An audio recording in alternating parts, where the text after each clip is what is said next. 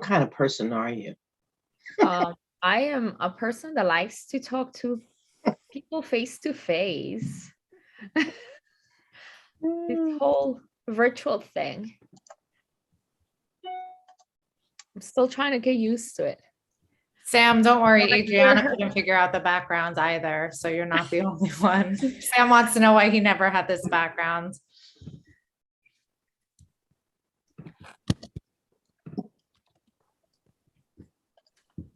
Gotcha. Sam, we can make those arrangements. Right.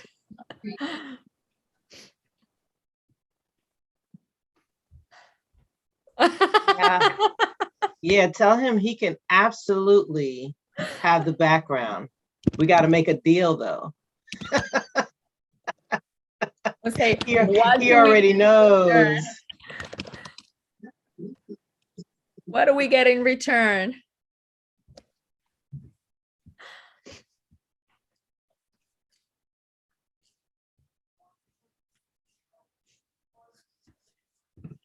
Oh, and Carla's here. I'm going to move her in. Whoops.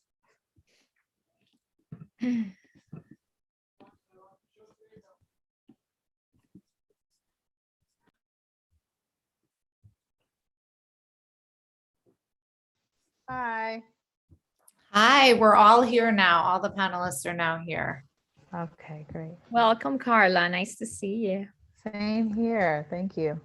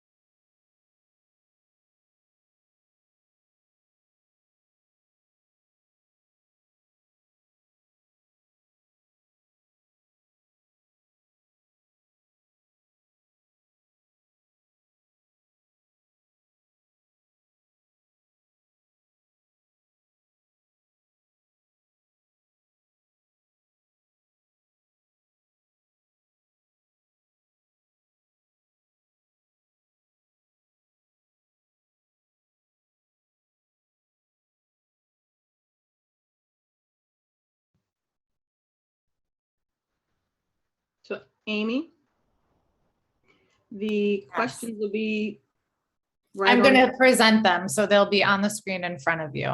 Okay. Yes. Check. And you can just, tell me, I'll try and intuit how you want me to move through them, but feel free to tell me next slide if you need to. Got it. Will do. Okay.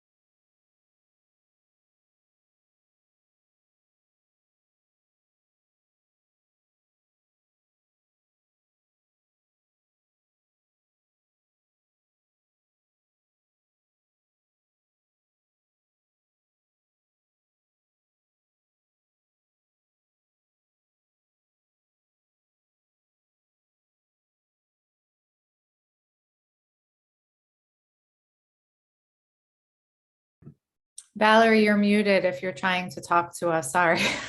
Thank you, Sam. I said such great things. I thought you were on the phone. No. So we're calling this meeting to order. I thank you all for coming. I welcome all the panelists, all the attendees. As you know, this is our monthly meeting, our monthly Peekskill NAACP meeting. We will go through our regular course of our meeting. We will try to make it as short as possible to get to the meat of this meeting, which I believe is going to be phenomenal. So thank you all once again for coming. We call this meeting to order, and we always bring this meeting in with a prayer. If you don't practice, can you please just have a moment of silence to bring some positive energy to this meeting? We're all on one accord. So I say thank you, God, for bringing us here today, this community of like-minded people. We ask you, Father God, to bless this meeting with understanding, with peace, with more awareness, Father God, of what our neighbors, our school district, and each other actually believe in terms of equality. We thank you that we have the education now today, and we ask you that you continue to increase our understanding of where we need to go from here. We ask all these things in the name of the Father, Son, and the Holy Spirit. We also always say our mission so that you all know why we're doing this. The mission of the NAACP is to ensure the political, social, educational, and economic equality of rights for all, and to eliminate race-based discrimination and ensure the health and well-being of all persons.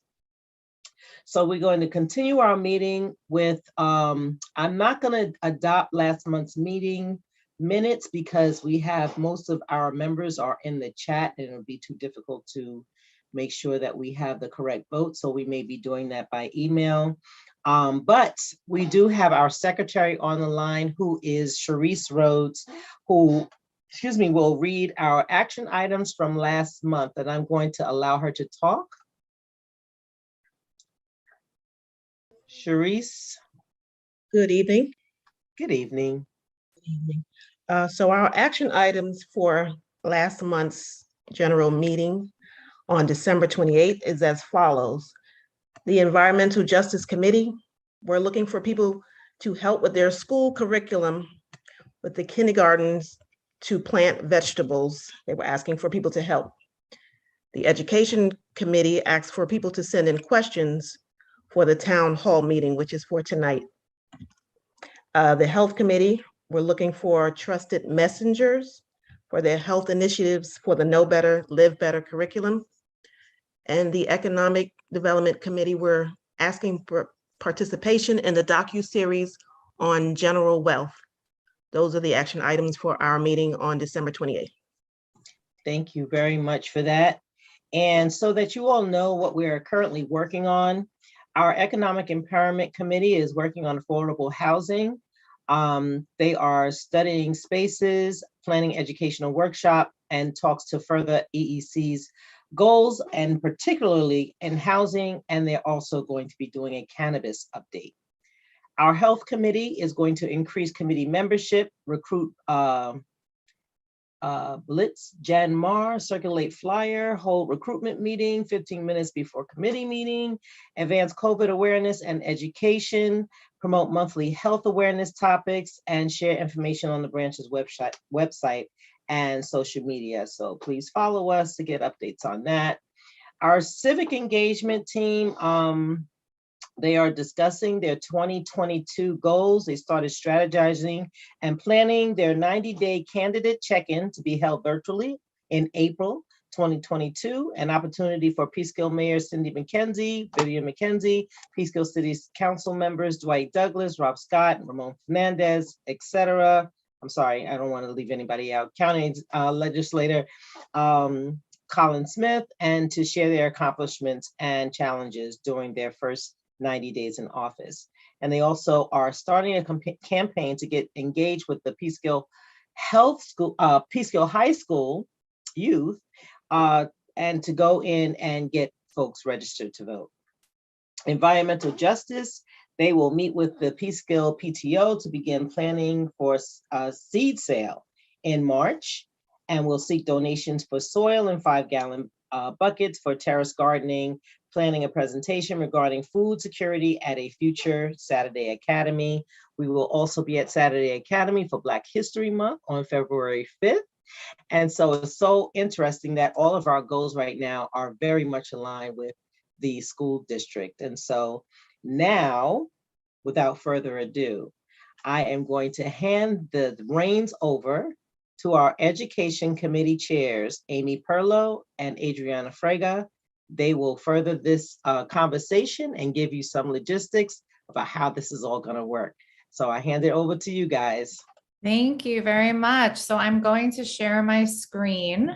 Hopefully you'll all be able to see it. Let me put it as a slideshow so that our panelists can all see. Can everyone see my screen? Give me a thumbs up. Great. Yes. Great. So let me start out by giving a little bit of framing. About a month ago, the Education Committee put out a call to the community to solicit questions about diversity, equity, and inclusion initiatives in our school district. And so tonight you're going to hear the answers to those questions from a panel. We were so happy to have so many of you here. Thank you for coming. We're extremely grateful to our panel that includes students, parents, school administrators, and Board of Education members who've generously agreed to take time out of their busy schedules and answer questions that will ultimately continue to move this work forward, right, and make our school community stronger. So without further ado, let's get started.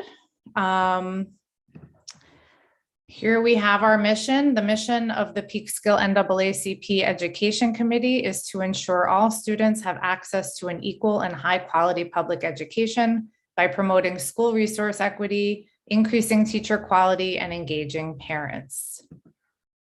And so tonight we will learn about the Peekskill City School District's equity work through the lens of students, parents, and community members. And here's just a quick agenda. We're going to be taken through some meeting norms, and then we're going to introduce our panelists and ask them some questions, starting with our students, then going to our parents, then the district administrators, and then our Board of Education members.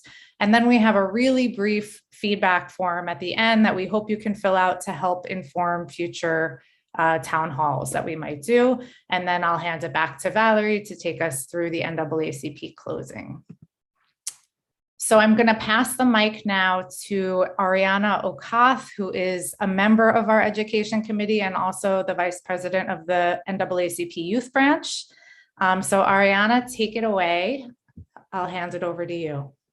Thank you, Ms. Perlow. Like Ms. Perlow said, my name is Ariana Okath. I am a sophomore at Peekskill High School and the Vice President of the Peekskill Youth NAACP.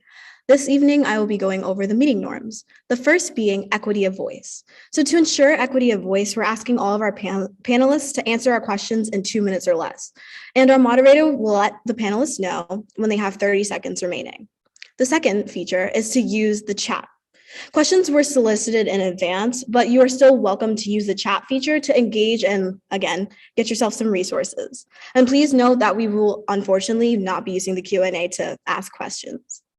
The third one is to share your feedback via survey. So if you still have questions or want to provide feedback of how this meeting went, any concerns or questions, we will have a short survey at the end.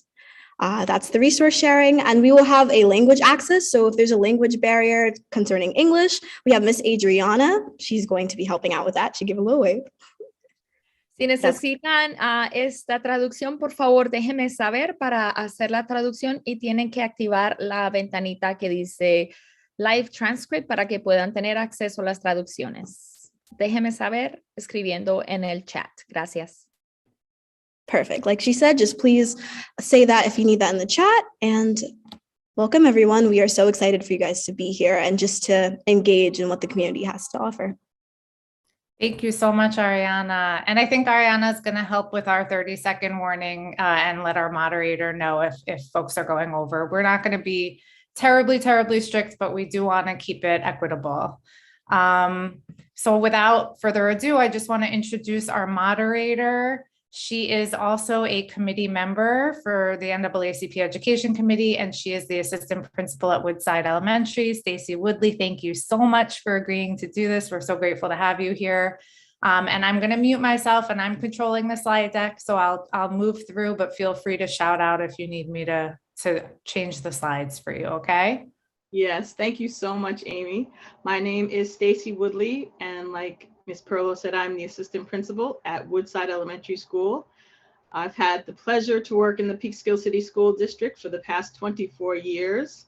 And I just want to say to Ms. Ariana, who speaks so eloquently, who was your second grade principal? You, Miss Woodley.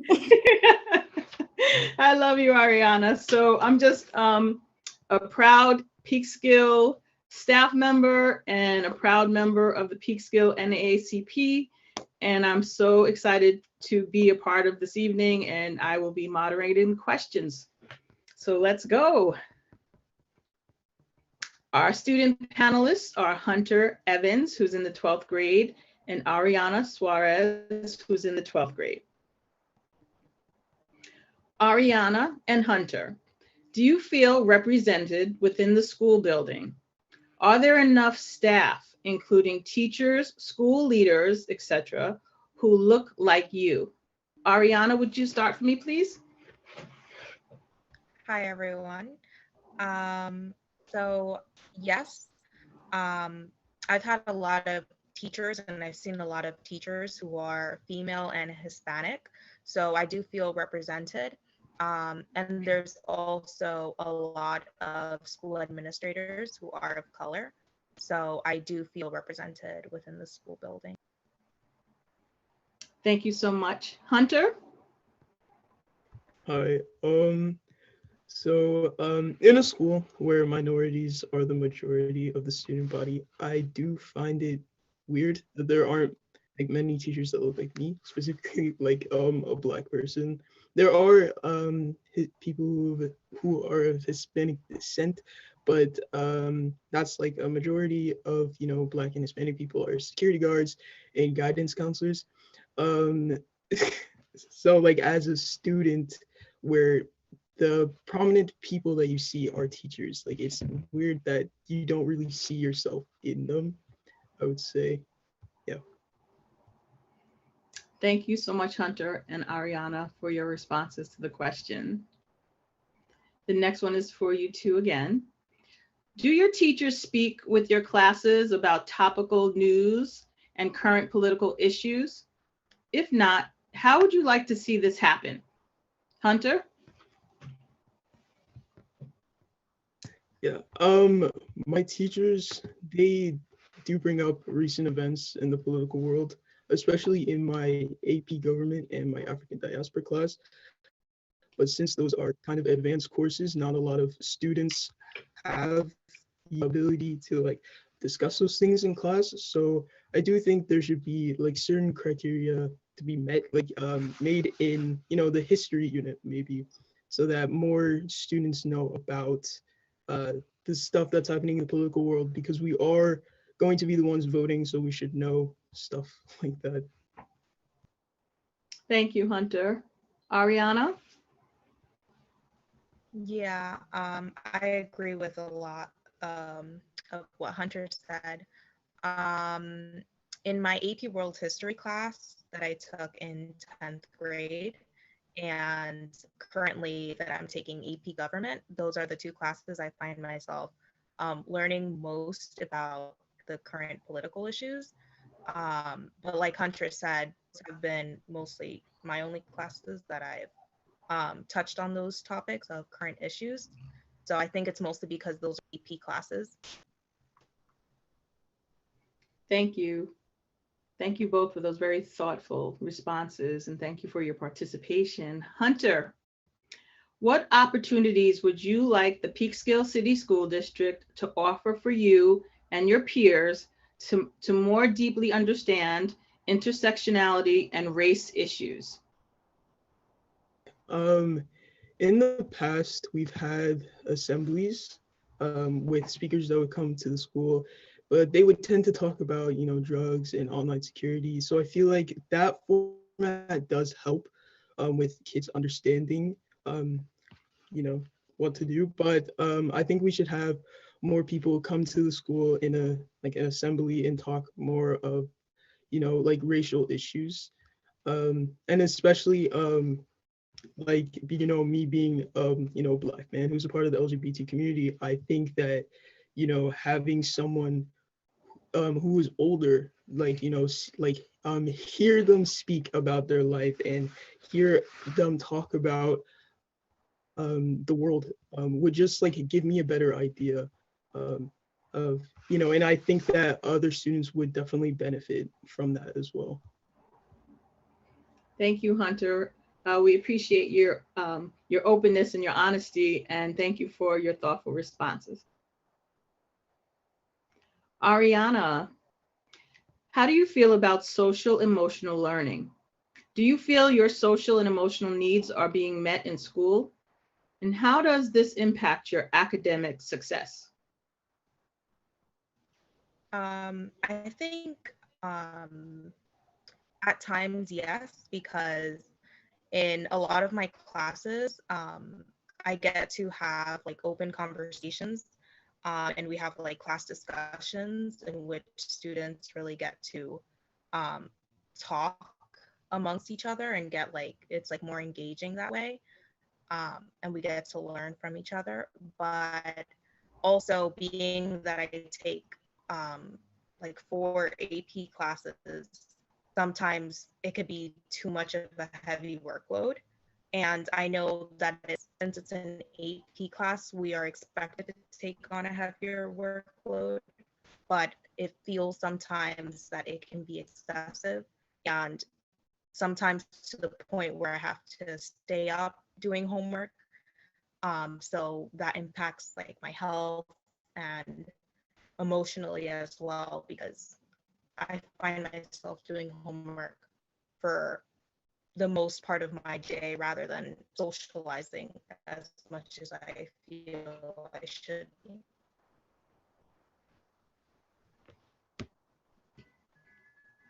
Thank you, Ariana. I don't know. Okay, hopefully you guys can hear me clearly. I was having a little technical difficulties. But Ariana and Hunter, have you felt valued in conversations having to do with diverse perspectives and experiences? Is there a supportive space to discuss sensitive topics and introduce new ideas? Ariana? Yes, because in a lot of my classes, we get to have discussions among students, especially in my AP government class and most of my history classes that I've taken in the past. The teachers really allowed the students to kind of lead discussions among themselves. So students really get to include their own perspectives, and being that it's the students kind of leading the discussion, I feel that I can also participate because I'm talking to my friends and my peers who I speak with every day. So it's kind of easier to have that conversation among my friends, and then the teacher also adding things into it. I feel I gain a lot from those conversations. Thank you. Hunter? Yeah. I would have to agree with Ariana. In a lot of classes, we do have open discussion, but it's kind of unclear if what we're saying is valued, because sometimes teachers tend to bypass what we say, and move on. But there are clubs out there that are trying to be more inclusive and supportive, and there's even clubs that are making petitions to help the community and so that we could be more inclusive. Thank you so much, Hunter. So I think we're moving on to parents now. So maybe we can give a big round of applause to those 2 students, Hunter and Ariana. Thank you guys so much. Yes, we appreciate their participation, and student voice is so important, Amy. So I'm just super excited that our high school students are participating and lending their voice to this very important discussion. So now our panelists, the next group of panelists are our parents. We have Carla Jones. She's a parent of a 3rd, 5th, 8th, and 11th grade students. Lanice Kind is a parent of a 3rd grader. And Chai-Ji Washington is a parent of a 1st, 4th, and 6th grader. Carla and Lanice, what do you like most about the curriculum being taught to your child? Is there something you'd like to see more of? Let's start with Carla. Okay. Hi, how are you? Happy to be here, by the way. But to answer the question, I'm just going to read from what I wrote here just to make sure I don't leave anything out. First of all, yes, I do like the curriculums being taught to my children. I feel like the Peekskill School District is doing an excellent job.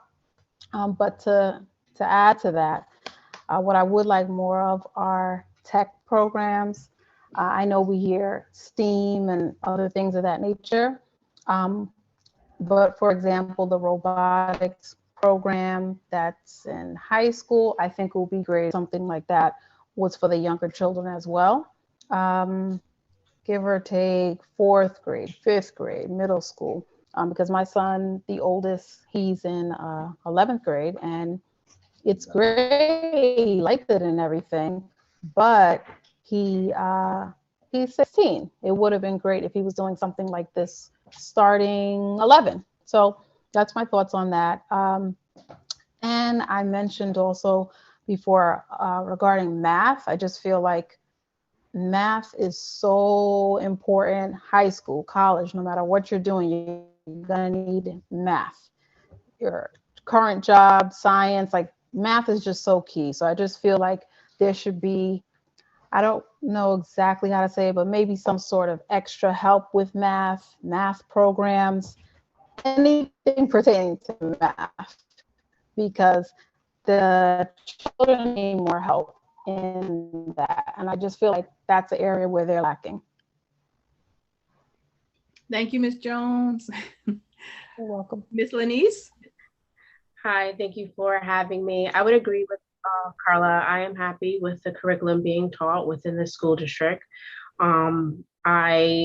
My son is currently enjoying it. If I had to speak to something that I would like to see more of, I would agree with Carla. I like to see more STEAM programs, as well as an expansion of the Heritage Months. I know like we tend to teach within the Heritage Months, but I'd like to expand outside of that. So not so much just teaching Black history during Black History Month or Hispanic history during Hispanic History Month, but really throughout the year, teaching around people who are significant and has been impactful. And I would agree with the resources or the added support that's required or needed for math. And I think it would be helpful to have, even within the Parent Resource Center, tools for parents to learn how to teach or reinforce what the students are learning. Maybe we need more visibility to the curriculum. That way we can teach math, because it is very different from how we learned math today. So in the past, from how they are learning math today. And I think my one other call out is I think we are having a lot of teaching to test, and I would like to see a change in that as well. I think we're teaching to be able to focus on preparing for the standardized tests. And I think if we're able to expand outside of that, it would give way to allow for more STEM participation in programs at the elementary age level. Thank you so much for your feedback. Taji, do you feel that the Peekskill City School District is meeting the educational needs for your child or children? What does a well-rounded education mean to you? Hello, guys. Thanks for having me. Excited to be here. In a way, I don't think the Peekskill School District is, meeting the needs. One, because I have a first and fourth grader, and I really don't know what they're being taught because they only bring home like one worksheet for math and one reading log, and they have to answer one question of a little simple story that they read. And there's no syllabus for the parents to follow along with the daily lesson or the whatever subject they're on.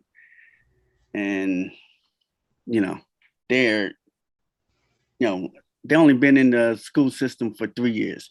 They was in private school, and whether it's fair or not, with the private school, they had multiple subjects that they had homework on. Not to say that hours of homework equate to a good education, but I feel like homework does reinforce or help the students retain the information that they're being taught. So, and what do I think a well-rounded education is? I'm just going to read what I have here. To me, a well-rounded education is a curriculum that prepares the students to be successful throughout every level of their schooling and beyond. I feel like students should be exposed to the arts, math, science, history, English, and technology. And they also should have courses in basic living skills like financial, home ec, and social skills. Thank you so much, Mr. Washington, for your thoughtful feedback. Back to Ms. Carla and Ms. Lenise. What would you like your children to learn about? What would you like your children to learn about racism and biases? Okay, so I'm aware that what I'm about to say, everyone probably does not agree, but this is my opinion. I feel that in regards to racism, big part of racism to me is more of an adult problem. So I'm sure there are ways to incorporate this type of teaching to children where you're trying to teach them to not grow up to be racist adults, right? But I'm sure we can all remember growing up as children, you see all races of 4-year-olds, 5-year-olds, 6-year-olds playing together. So my opinion on that is that I don't really feel comfortable with the school district teaching. For example, my youngest son, who is 8, I don't feel like there should be a strong teaching of racism to my 3rd grader. 2nd grade, 3rd grade, what I wrote down specifically is that I feel that it's not helpful for a 2nd grade child to think about adult matters such as racism. I find it highly disturbing that this might be part of a class or curriculum. I want children to be children, my children, your children. They should be obviously learning science, math, but I just feel like they should be playing and staying as children. Now, when you get into the older grades, my opinion changes. And yes, those type of teachings can begin, but I really don't feel like the little ones should be diving into racism. Like, let them just play and be happy. And that's my opinion on that. Thank you so much, Ms. Jones. Thank you. Ms. Lenise? So for me, I think I agree. I don't want my 3rd grader, right, learning about racism in school, but I think it starts with unconscious bias training. And I think if the district is building out a comprehensive action plan and the administration and the staff is learning around, is being trained on unconscious biases, and we start at the elementary schools teaching about what it means or what are unconscious biases through learnings, whether it be inclusion, diversity, disabilities, right? We all have differences, but we're okay. We can be friends, we're alike. And as we go into the secondary level where we're entering from or transitioning from middle school into high school, I think it could grow into a conversation more about race. But I think at the elementary level, it's really about just unconscious bias training, how to be a leader, how to be open-minded, how to be inclusive. And I think that's learnings that we could incorporate at an elementary level and expand out when we get into the secondary grades. Thank you so much for your responses, Ms. Kine. So that wraps up our parent portion for now. Thank you, Thank parents. you all so much. Okay, our next set of panelists are from the Peekskill City School District Administration. We have Dr. David Mauricio, who is our superintendent. We have Dr. Margie Daniels. She is our administrator of equity and diversity. And we have Dan Callahan, our assistant superintendent for secondary education. Here is our first question from a community member. I understand the district now has a person to work in the area of DEI, diversity, equity, and inclusion. What specifically has been done or is planned in this area? Good evening. This is Dr. Margie Daniels, and I believe that question is to me. I am honored to be here, and I applaud the NAACP for this great work. Having been in this role for a year, I'm happy to say that we are doing some great things. We have done a restorative practices training for our elementary and secondary level educators, for which we are very proud, and that was done through a partnership with the Westchester Cluster Center out of Yonkers, New York. We also sponsored and facilitated an overview of our curriculum with summer curriculum writing to infuse some culturally responsive education lens to infuse that into our curriculum, and we're happy about that. The purchasing of materials and I help to support that along with our Dr. Mauricio and Mr. Callahan and other major stakeholders. Windows and mirror books, making sure that our students get a well-rounded approach and a look at themselves and each other, and we're really proud of that work. Happy to say that at the secondary level, Peekskill High School was invited to participate through the College Board and to participate in a pilot of a curriculum for African American studies, and we are very happy about that. And only a few schools throughout the United States was chosen, and we were one of them. In my role as the administrator for equity and diversity, I am so proud of the work being done with our MBK program, which is a My Brother's Keeper, as well as our GEMS program, which is our Girl Empowerment Movement and Sisterhood. And through this, we have been able to establish an MBK program at the elementary level, moving it all the way up to the secondary level. I'm proud that we were able to take our high school students this year on a Washington, D.C. trip overnight. They got the opportunity to meet Congressman Mondaire Jones, also to visit Howard University, and engaging in more works like that. I'm also happy about I'm rattling because I only have 2 minutes. So I'm also happy with our collaboration with our community partners, and a vision or a suggestion that came from a community parent ended up being us celebrating our students entering back into school after COVID, and just being there to cheer our students on and to have our partners. We did it at each and every building. And this is something that we are going to be continuing.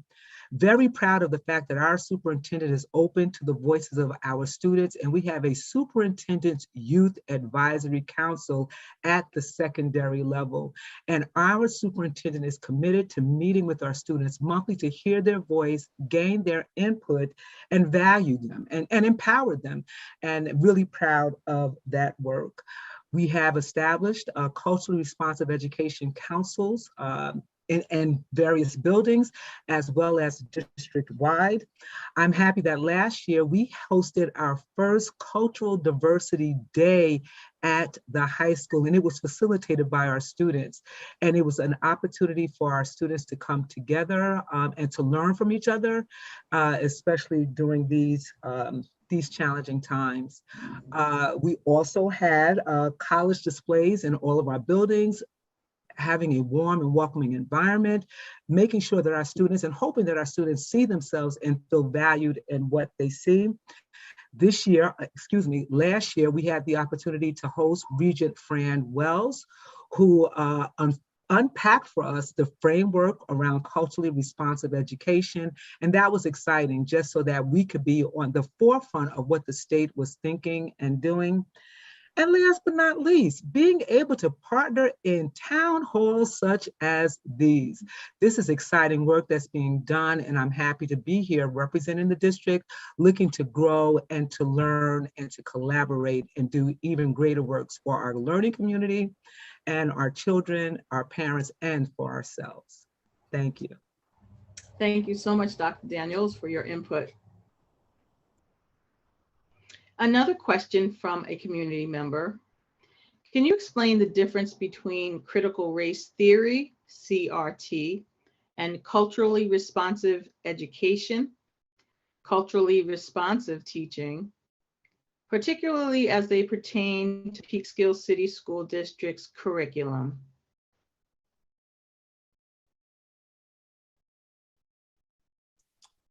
Thank you, Stacy. This is Dan Callahan, the Assistant Superintendent for Secondary. I'll be taking that question. To be honest, I don't know if you can really explain the difference between CRT and CRE. Some people will tell you they're exactly the same. Some will tell you that they're vastly different. The topic of critical race theory has exploded in the public arena in the past year. I'm sure we've all witnessed board meetings from around the country. So you can see the passionate topic that it is. But what I'd like to do is talk about New York State and the direction New York State took. And they developed, you heard Dr. Daniels reference it, a New York State framework for CRE. And that is what we are following here in Peekskill. And I want to talk about the framework for a moment. You know, the New York State framework came out about 4 years ago. And I'm proud to say that the school district is about 4 or 5 years ahead of that we've been doing this work. And that's in a large part thanks to the fantastic teachers and we have and the administrators we have leading this work. The framework is broken down into 4 parts: a welcoming and affirming environment, ongoing professional development, intensive curriculum, and then high expectations with rigorous instruction. When we talk about a welcoming and affirming environment, I don't know how many districts have their own family resource center, you know, but we do. Our school district definitely embraces the many cultures that make up our fantastic community. And you can witness that when you walk around any of our buildings, from Uriah Hill all the way to the high school. You will see student work displayed. You will see things, you know, all the signs and languages in multiple languages, you know, so we embrace who our students are and the cultures that they come from. When you talk about professional development, you know, our Guardians of Equity work, you know, with the New York NYU Metro Center has been going on for years. Obviously, Dr. Daniels referenced, we have trained every teacher in the last year from elementary all the way through high school in restorative practice.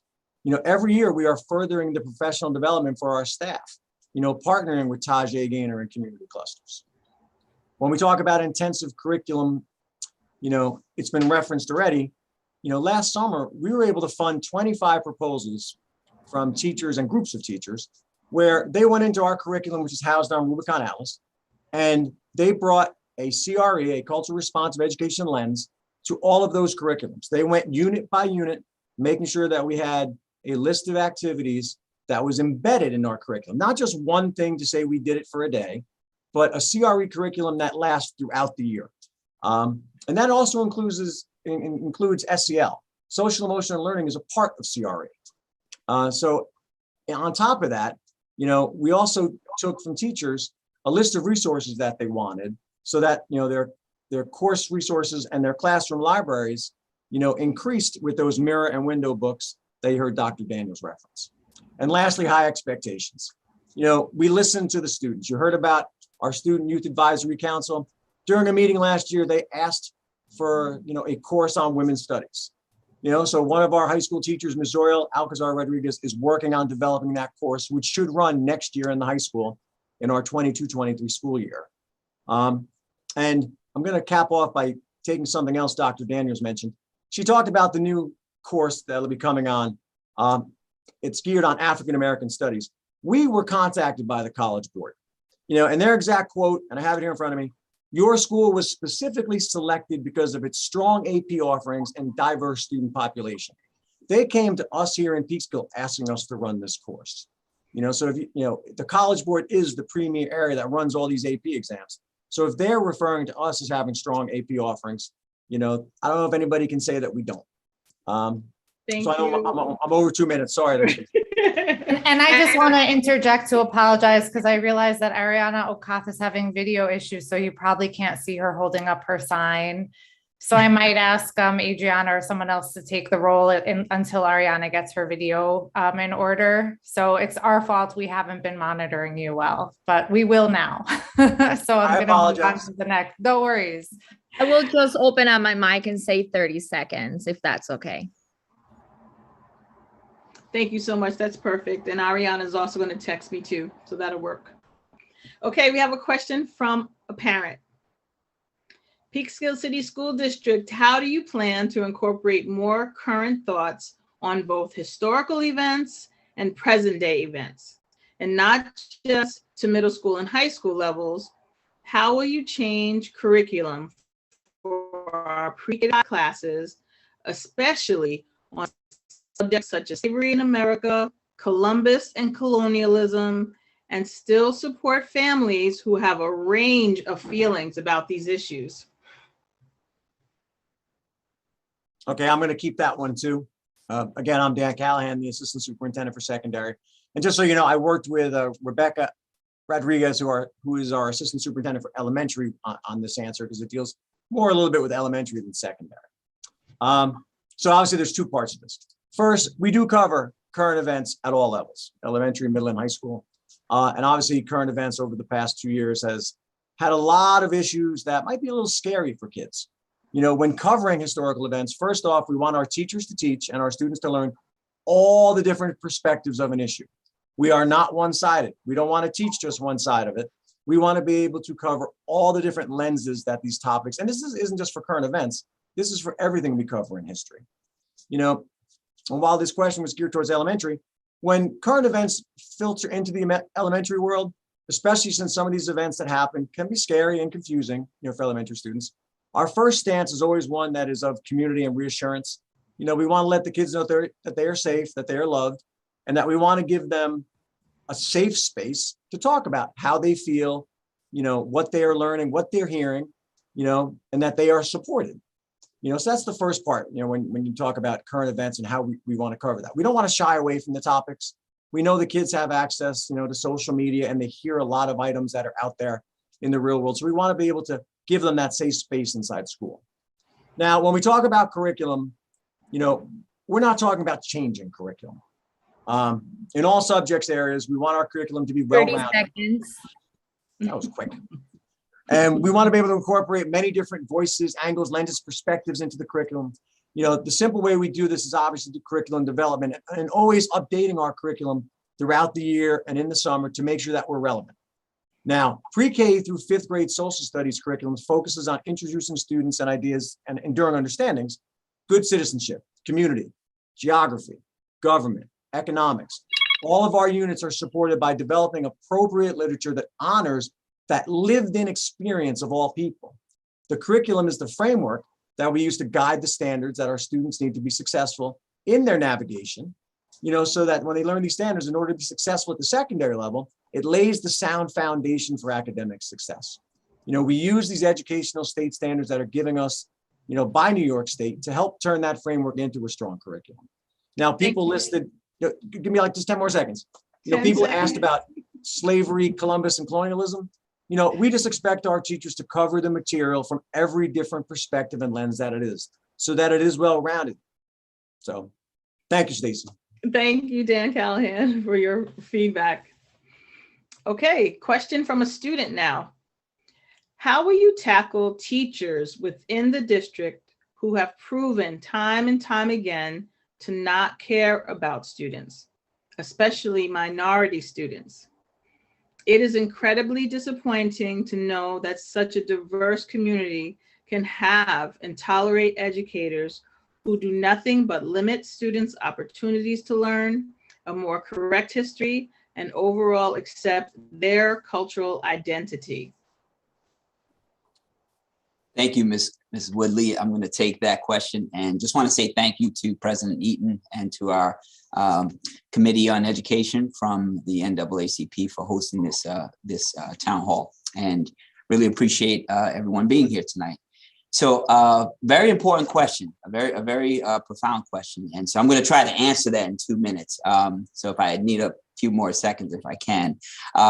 But first, I just wanted to share that Amy's going to share with all of you the presentation that we made. It's about a 50-minute presentation on all of our work. So it goes deeper, and she'll share that video with you, and then also a slideshow from that as well.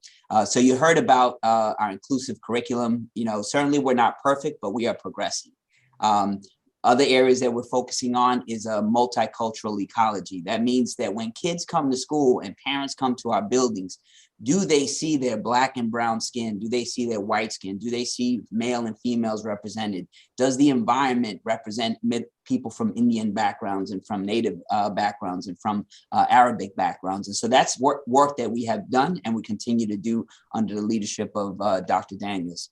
The next area is really about diversity recruitment, because this question from the student really speaks to who is in front of the classroom and who is leading our buildings. And so for me, what I'd share is that you see a picture here of our Board of Education. So I am blessed to be a superintendent, and we are blessed in our community to have such committed, diverse Board of Education members. And Ariana and Hunter talked about the administrators in the schools as well. So if you can go to the next slide, what you're going to see in one more slide is you're going to see, here's my executive leadership 30 team. seconds. Oh boy, that was quick. All right. So what I will share with you is that what you see here is the diversity in our executive leadership team: Latinos, African American, male, female, Indian, Jewish, people from the Caribbean, and from various backgrounds, including Caucasian individuals as well. And then the next slide will show you is our school leaders. And I think our students, Ariana spoke to that, and that is the diversity. We have 6 African-American school leaders, 6 Latino school leaders, and 2 Caucasian school leaders, much more representative of our population. And I'll end with this. And that is that our students, our teacher ratio, we're improving our Latino, African-American through our diversity recruitment efforts that the board put in place in 2019. And we're seeing the benefit of that work. But that is an area of growth. We have about 65% of our teachers are Caucasian, and about 23% are Latino, and 10% are African-American. So that's area of growth for us. We really have to improve in that area. So I really appreciate this question. And what I'll share with you is that we have excellent teachers in our classrooms. I see them every day. We have excellent administrators and staff who really care about our children. And they're both white, Black, Hispanic, male, female, from various different backgrounds. But what I will say, and I'll close with this, is that if you are, as a student, seeing an individual who is not caring of you for who you are, be it the skin color you have, your hairstyle, the way you dress, who you are, your orientation, your ethnic background, your linguistic background, whatever it is, if you are feeling that you are not being honored for the person that we honor you for, then we need to know that. And I want you to have a safe opportunity to speak. You can come to my office. You can speak to someone you trust. It's better if you speak with an administrator, but you can also speak with a staff member as well. But I want you to take that one step anonymously, meaning we'll keep it anonymous, but we want to know, because we need the very best in our schools, both administrators, teachers, and staff. And when we don't have that, and they don't care for you the way we care for you, then we have to make adjustments, and we have to figure it out. And sometimes it's a misunderstanding. Sometimes it's not covering curriculum the way you would like it to be covered and valuing you as a person. And other times there might be more significant issues. And my commitment to you is that of the board, and that is we aspire and vow to put the very best in front of you as our students. You are our most precious commodity in this community. And so with that, we value you. Please take a moment to talk to us if that is occurring. And again, I want to say, a big thank you to everyone who's committed to our children. And we certainly will make sure that we address issues as they come up. And again, thank you, NAACP. Thank you so much, Dr. Mauricio. The committee members were texting me that your time is up, and I wanted to say, I'm not cutting my boss off. Oh, listen, that was a heavy question. That was a 4-minute question. More like 5, close to 6. Time's up, Dr. Mauricio. I'm good. I'm all done. It's all good. Thank you. Thank you, Ms. Frega. Okay, here is a question from a teacher. Peekskill City School District Administration, how are you ensuring that school-based supports are inclusive of the entire student body, including LGBTQ students, multiracial students, and students from all socioeconomic backgrounds? Are you taking that, Dr. Daniels? Is that you? Well, I kind of think Dr. Mauricio spoke to that Okay. great length. However, I would like to say, and I would like to add, we are committed to the well-being of all of our students. One of the things that we are very proud of is that we do have diverse representation of our BIPOC and our LGBTQ community. Our Gay Straight Alliance is a phenomenal group. Our Latino Culture Club, our Black Culture Club, our Diversity Days. We do have clinical staff that is committed to working with our students above and beyond the traditional day. And one of the things I can say that we as a district are creative and committed to the whole child. We saw that in the rise of a pandemic, and we had our people, our staff, from building administration to district administration out, committed to our families and ensuring that they are being received, they are seen, and their needs are being met. And that's socially, emotionally, and any other ways that we can do. We are committed to the whole child, but as Dr. Mauricio pointed out in his statement previously, by all means, if there's something that we can do to improve, we are here to do that. We are in no ways perfect, but we are committed. Thank you. Thank you, Dr. Daniels. Thank you so much to our administrators. Appreciate your. This is our last segment of Q&A here. Thank you, Ms. Perlow. Now we will hear from our board, 2 of our board members. We have Ms. Jillian Villion, who is our Board of Education President, and Branwen McDonald, who is a Board of Education member. First question is from a community member. How does the Board of Education see anti-bias training being taught in Peekskill schools? Hi, thank you for the question and thank you for having us. We definitely see that from our level, the creation of our administrator on inclusion and equity and supporting Dr. Daniels' work is a way that we start working on anti-bias work. We're increasing curriculum offerings under the leadership and supporting support between Dr. Daniels, Dan Callahan, and Rebecca Vilas Rodriguez, from our classroom resources to the programs that they offer to continuing education for our staff, as well as in new course offerings that they've already spoke about. We realize that more work needs to happen and that COVID has kind of gotten in the way a little bit as far as the pace at which we'd like to see the work happening. But one of the things we are looking to do is have data-driven approaches for things. It's a big goal of the board to have everything reflected in our data. So we're definitely going to work on making sure that we have data collection and analysis to be able to offer opportunities for bias training in the future, or anti-bias training. Thank you so much, Board President. The next question is from a student. What steps have you taken to combat the racist ideologies of some students in the Peekskill schools? Hi, everyone. I'll take that one. I just also want to say it's so nice to be here with all of you. And I've so loved hearing from the students and parents on this panel. A lot of what you're saying has just really spoken right to things that are so important to me and to the board. So what a wonderful event. Thank you for holding this. I think, I don't want to be too repetitive, but I just will say from a board perspective, just maybe it's helpful to sort of see in context where we sit in all of this. Our job is to reflect the values and goals of the community and set those goals along with the administration. We actually really only hire one person, and that's Dr. Mauricio, or the superintendent of schools.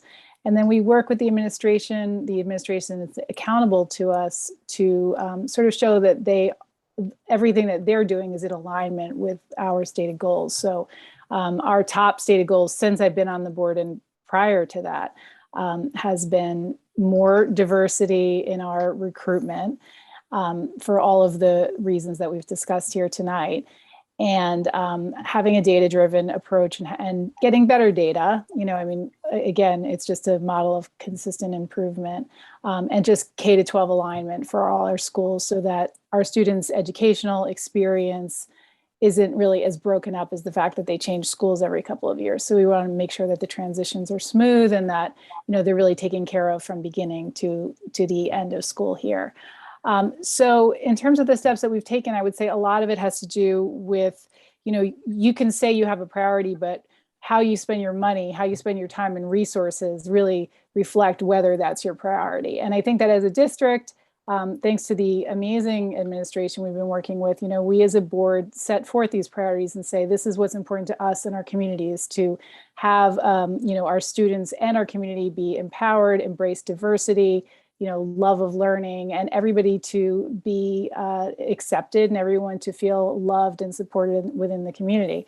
And what the administration does, as the amazing professionals that they are, they're like elite athletes. I mean, if you just heard the things that they just rattled off that they've been working on. And of course, we continue to walk forward with that. So for us, it's about creating a school climate. But, I also just want to speak to the spirit of the question, which is that it sounds as if this person who is asking the question has experienced, has experienced racist attitudes, has experienced racism. So again, just to reiterate what Dr. Mauricio has said, it's just because we have a policy, just because we have a plan, just because we put things in place, that doesn't mean that you won't experience individual acts that are unacceptable. So we really want to make sure that you will be able to talk to somebody, that you will be comfortable going to a trusted adult, and, you keep trying. If you're not getting an answer, if something's not being addressed, it needs to be addressed because, it's unacceptable to all of us here. It's unacceptable to the community and to the board for you to be facing that. So we just want to make sure that our policies are and our goals are in line with what's actually happening for people and their realities. Thank you so much, Ms. McDonald. I appreciate your participation. Okay, we have another question from a community member. Let me move my little screen. Okay, recently, an effective high school principal left the district. Some feel he was not given the same support that a white principal would have been given. This could potentially send a message to other Black educators that the Peekskill City School District is not a safe, fair, and supportive place for Black men to do the tough work that needs to be done. How does the board respond, and what plans do you have for recruiting more Black male administrators? Also, are you committed to filling the high school principal position with a Black male? Thank you for that. So we aren't able to speak about anything specifically when it results with individuals. So we won't speak to that. But as far as the support aspect, there's an abundance of support given and available to all district staff. We have 2 assistant superintendents for curriculum and avail them the opportunity to coach and support administrators. We have a superintendent who is an experienced building leader and is available as a hands-on leader. He's in buildings multiple times a week. We make sure that he's there for his staff that's who he is as a person. There's mentorships both internally and externally for all of our administrators. We make it available if they are asking for any additional resources, or if anybody notices that somebody needs something extra. We have a very supportive and heart-centered administration and board, and we work really hard to make sure that the support is available to anybody within our district that needs anything. As far as recruitment plans, our board looks for three things when it comes to leadership. We look for the right fit for Peekskill. We have a very unique population that's very close to my heart. I've always loved being a part of this community. I grew up here. I'm passionate about having the right people in front of children here, and people that are going to love Peekskill for who our people are. And so we look first for the right fit for Peekskill. We're looking for consistency. We really want leaders that are here and will be here. And we are looking for experience and knowledge. So we need people who can do the job. And the work, we talked about our diversity recruitment that was led by Lisa Aspinall-Kelwan as a goal, and it continues to be a goal of the board. And under the work of Jamal Lewis, we're doing really a lot of work to create relationships with organizations that help us reach out to minority groups to make sure that we continue to get the right individuals. And as for our commitment for who to hire for the high school, we're committed to getting the very best candidate who comes forward. It's not legal to pick an individual based on their background, and that isn't how we do a job search or how we search for anyone in any position. We look for the best person who fits Peekskill and fits the position that we're looking to fill. So, and it is tough work, and we thank you for knowing that it's tough work, and we look forward to working with the community as a whole to lift, especially given all the challenges that COVID has presented education. Thank you so much, Board President Jillian. Okay, so we've heard from our students, our parents, our district leadership, and members of our Board of Education. And the committee thought it would be very valuable and important for us to have our closing with final thoughts from any students and parents on our panel. So we'll open the floor to any students and parents that want to say any final thoughts to close us out.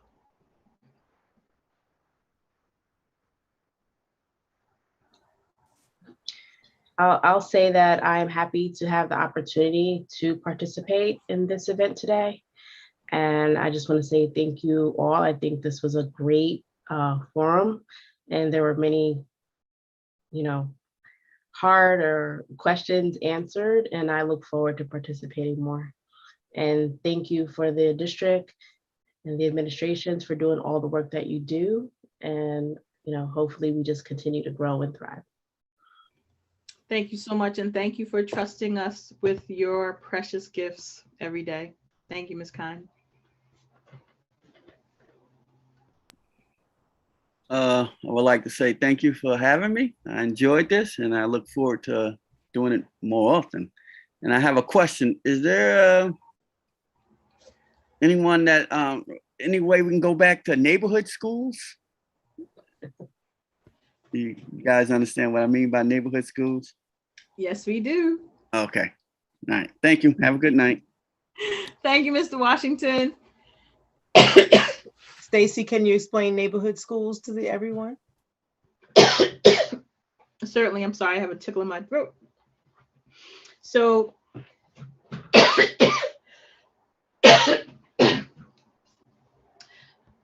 I'm sorry.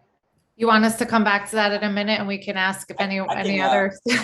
I can respond to the neighborhood question. Thank you, Dr. Mauricio. Yeah, no problem. Thank you for that question, Mr. Washington. So for those of you who may not know, neighborhood schools are very, very similar to what I grew up in New York City, and that is that schools receive children from generally a walking distance to that school, and has a lot of pros and benefits, and has some challenges as well. And so Peekskill used to be a neighborhood school model, and students from certain areas of the community would attend certain schools, Oakside and Woodside, and then get to the middle school and high school. One of the challenges from, certainly from what the research I've done in conversations is that the district went to a district-wide school model, and that is based on equity, and that ensures that all children are experiencing the same educational second grade, third grade, kindergarten, fourth grade class, because they're all attending together, and and so it's no longer based on where you live and the community, the sub-community within Peekskill that you live, the color of your skin, the economics of your home. We are all learning together, and certainly has benefits and has challenges as well. And so I do appreciate that, and certainly that is a question that we can always think about. But I would say it would really have to be from a superintendent perspective. That would really have to be coming from the community, because there's certainly a lot of support for the diversity that we have in our schools. And one last thing, and that was to Mrs. Jones. We are bringing STEAM all the way down to pre-K. We got robots in pre-K. We have it in all of our schools, and we had a STEAM lab at Hillcrest just opened 2 or 3 months ago, and Valerie, President Eaton was there for the grand opening, and we want to build a state-of-the-art STEAM lab in every single one of our schools. And yes, that's wonderful. The PEF, which Adriana is one of the main leaders of that organization, is helping us. So that it's not may it come, it is going to come, and we're going to make it happen. So sorry about that. Just had to share that. All right, happy to hear that. Thank you. Everyone, I just dropped the link on the chat for the survey, for the feedback form. So if you guys don't mind filling it out, we will greatly appreciate it. Excellent. Any other comments from our panelists?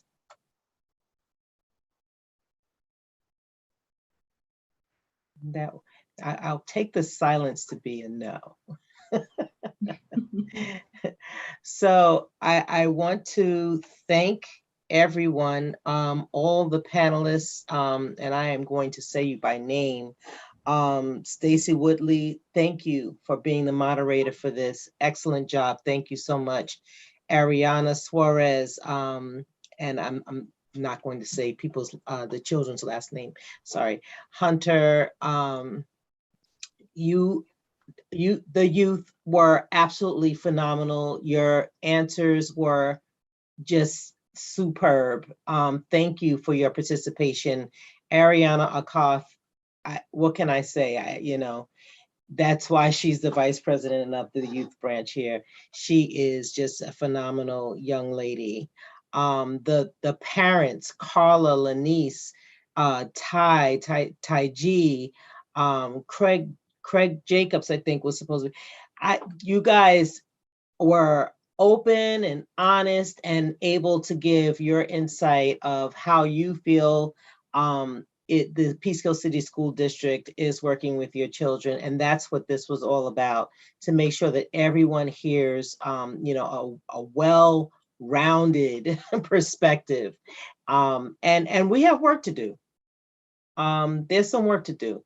This cannot be the one and only town hall we have with our Peekskill City School District.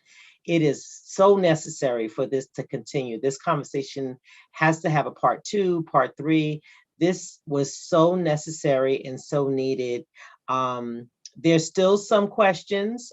We did get a couple of questions. I know we're not doing questions and answers, but I do want to say that there are still some concerns, and we did not settle everything here, but I do want to follow this up in some way. We do want to make sure that some of the questions get answered, maybe in writing, I don't know, but we want to continue this conversation, and certainly you all will hear more from our education committee. Amy and Adriana, phenomenal job. Thank you very much. This was absolutely wonderful. We just superb. Thank you very much. And please, anyone who's interested in joining the Peekskill NAACP branch, You have a great education committee that just put this whole thing together. Thank you, thank you, thank you. Guys, consider joining our branch, our numbers. I didn't talk about our membership report in the beginning, but we have been somewhat mandated to increase our numbers by 30% by February 10th. You can see why we need you. We are interested in doing this for our community. That's what this is all about. Our community needs our help to make sure that we have equality and equity in all areas, in all industries. Education is probably one of the most important ones, right? So I thank you guys so much for just being here. I just want to interject on Ariana's behalf because her computer is not working and she wants to shout out the youth branch, which is also seeking to recruit new members. So for those of you who are parents who have children who might want to join the youth branch, please, reach out to us. We'll put you in touch with them. And if you're a teacher and you have students who might be interested, they really are looking to increase their membership. So please. And if you are a teacher and we already know you love the youth. So we encourage you to try to step in and be their advisors. We are looking for advisors. We need 2 advisors for the youth branch. So please consider doing that.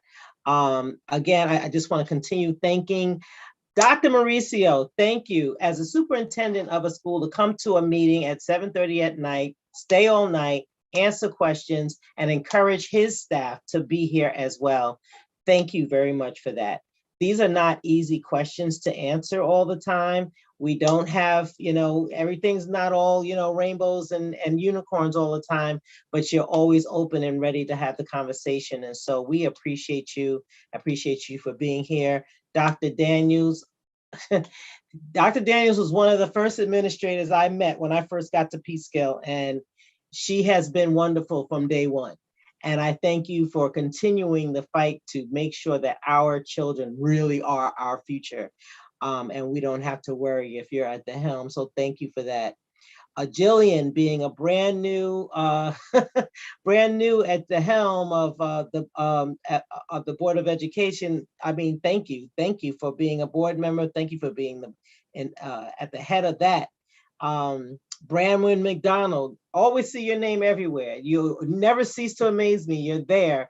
When we call, you're there. So thank you. And Dan Callahan. I haven't really met you more than once, but thank you for participating and giving your answers. We do need more information about critical race theory. There is a difference. We do want to make sure that that information gets out to our community and make sure that they understand exactly what that is. So thank you, everyone. Again, I'm going to ask you guys to please continue to fill out the survey that was put together by our education chairs. We have this meeting, general meeting, every 4th Tuesday of every month. We are dropping also, I'm sorry for interjecting, but we are going to drop a folder with information, and in one of those documents, we have definitions of some of the terms that we discussed tonight. So maybe that will help with the clarification of what each term means. Okay, thank you. Thank you for that. But we also want to make sure that our educators know what that means. We want to make sure we're all on the same page. So everybody, please stay tuned for a continuation of this conversation because it must continue. I think that's all we have. And I think we're going to close this meeting out. Amy and Adriana, do you have any closing words that you would like to say? I just want to go ahead. Thank you. Thank you to everyone who came, everyone who was willing with an open heart and courage to come and speak the truth. And I appreciate everyone being here and, speaking about topics that are tough to talk about. And I think this is an opportunity for us to continue growing. So thank you, everyone. Thank you. And I'll just echo that. And I hope this is just one of many conversations. And Adriana and I are both so appreciative that we are such strong partners with our district administrators and our Board of Ed. Not every branch can say the same across New York State. So we're definitely appreciative that we have this relationship and it means a lot. So thank you all. Absolutely. Absolutely. Thank you so much, everybody. And we say, bless you all. Please stay safe, wear your masks, stay COVID-free. And we hope to see you on the list of members. If you're not a member now, now's the time. Okay? So we're going to be looking for you guys very soon. Thank you again. Have a great night, everybody. Take care, everyone. Have a great evening. Night, everyone. Great Good job. night, Dr. Mauricio. Good night. Adios. Good Take care. night. Great job, Stacey. Muchas gracias, Dr. Mauricio. Sí, gracias. Nos vemos.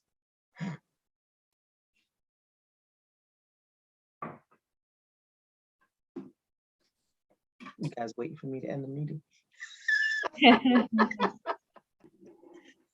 You guys did a great job. Oh my God, Ariana Can Hunter. you stop recording? Can you stop recording? You guys were phenomenal. Yeah, you guys were awesome. Thank you guys so much. Thank you so much for speaking and for